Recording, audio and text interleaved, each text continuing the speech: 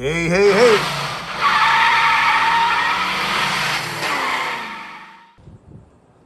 Hey, hey, hey, man, we got an EZGO here, 48 volt. This is a factory 48 volts. Now when I say factory, I mean on a negative poly one battery. All right, back up.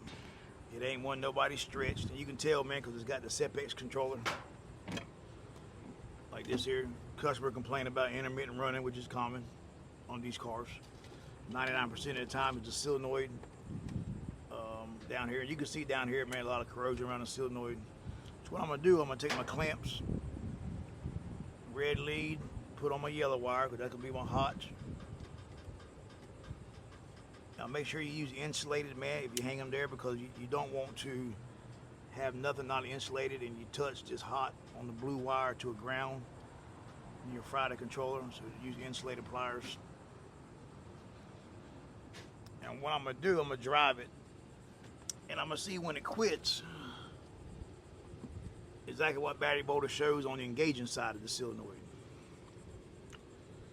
Let's see what we got. I got it in forward key on.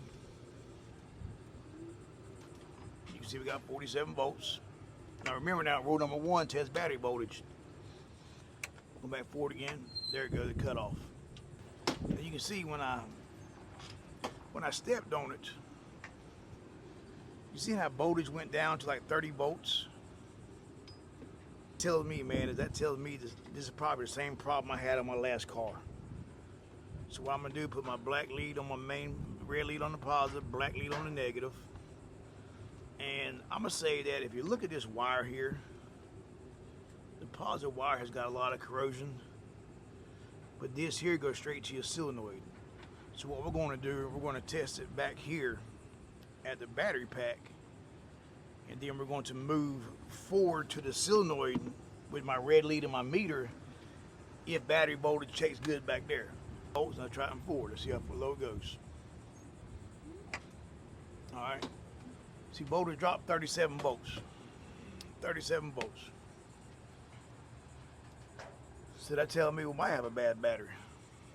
So what we're going to do now is rule number 1, test battery voltage. All right, back up. We're going to test each battery individually.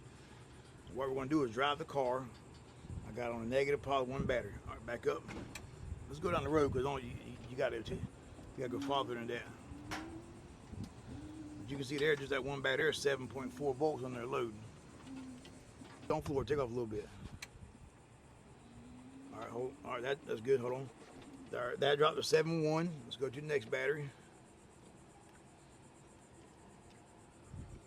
All right, do it again. Floor. Yes, it's in 6. So set this must be down. Do the whole battery. I'll floor it again. 40 volts. Why does it keep kicking back so quick? Now, what's another battery? All right, do it again. Floor. Yeah, 6.3. All right. As of right now, every battery shows it on their load drops down tremendously. Do it again. All right, go slow with it. No, don't floor it. Gives more gas, but don't floor it. All right, hold on. Now you can see that one there is 6.5, 6.4. All right, do it again. Floor. All right, hold on. That one there was 6 and 6.5, 6.9. So really, all of them read about the same. Every one of them reads like they're dead. All right, do it again. Yeah, all right, go back and charge it. So that tells me, man, that each battery is just dead. Like when you hit the gas under load, it drops below voltage. All right, floor. You can see when it goes to cut off at 36 volts. All right, do it again.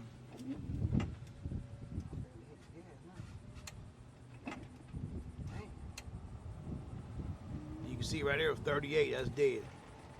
And the way these cars are designed here, man, is whenever you hit the gas and say the voltage dies or you lose connection, what happens is this controller goes into regen mode and it about throw you out the damn window. It was full of charm when they dropped it off. Yeah. Nah, by that meter. And I bet that's what they're going by, the stupid ass gauge. Yep. And that's why you don't never go by them digital gauges, man. They are so inaccurate. When we get back, Travis, get me a 9/6 1/2 inch wrench. Then we're gonna reset that gauge and see where it drops to. I bet you that's what they're doing, going by that gauge. They ain't charging it. All right, so what we're gonna do here, we're gonna reset the gauge. 9/16. And when I say reset it, what I'm gonna do is take my main negative off here. I'm gonna take this off, and I'm gonna see where the gauge shows. You can see where the gauge shows now. It's about 3/4. Let's see what it shows after I reset this wire. Well, a lot of people, man, that's why I tell customers, man, don't never go by the gauge to tell when it's charged. You charge it anytime you get off of it. All right, don't never go by that gauge, man, unless you got an analog gauge. But then you don't never go by it either, because the analog gauge is only good when you take it, like put it under low. So I'm gonna take everything off, let it sit for about 30 seconds, and then we're gonna see exactly where it goes back at. Now, I have it in run here. If you put it in tow, it won't spark. So I'm gonna take it and put it in tow, put it back on here, put my wire back on for my gauge, and then I'm gonna put it back in run, and we're gonna see exactly where the gauge shows that now. Let's see what the gauge shows now. Now look at the gauge. The gauge went to full charge. Reset it and it goes to full charge. No good. The gauge is bad? Yeah, with the All right, Travis, call this. We're gonna call the customer, tell them bring us their charger up here, and tell them the gauge is no good, and we'll go from there. Okay. Y'all stay tuned, man. I'll let you know, man. I always remember watch another video. Don't ever go by the battery gauge to tell if the car needs charged unless you're driving it. And the digital gauges are exactly 0% accurate. I mean 0%. They might work good for a little while, man, but don't waste your money, man. Everybody wants the cool gadgets. They want the lights. I get it, man. But would you rather have cool lights, or would you rather be broke down on the side of the road? Get you an analog gauge, a needle gauge.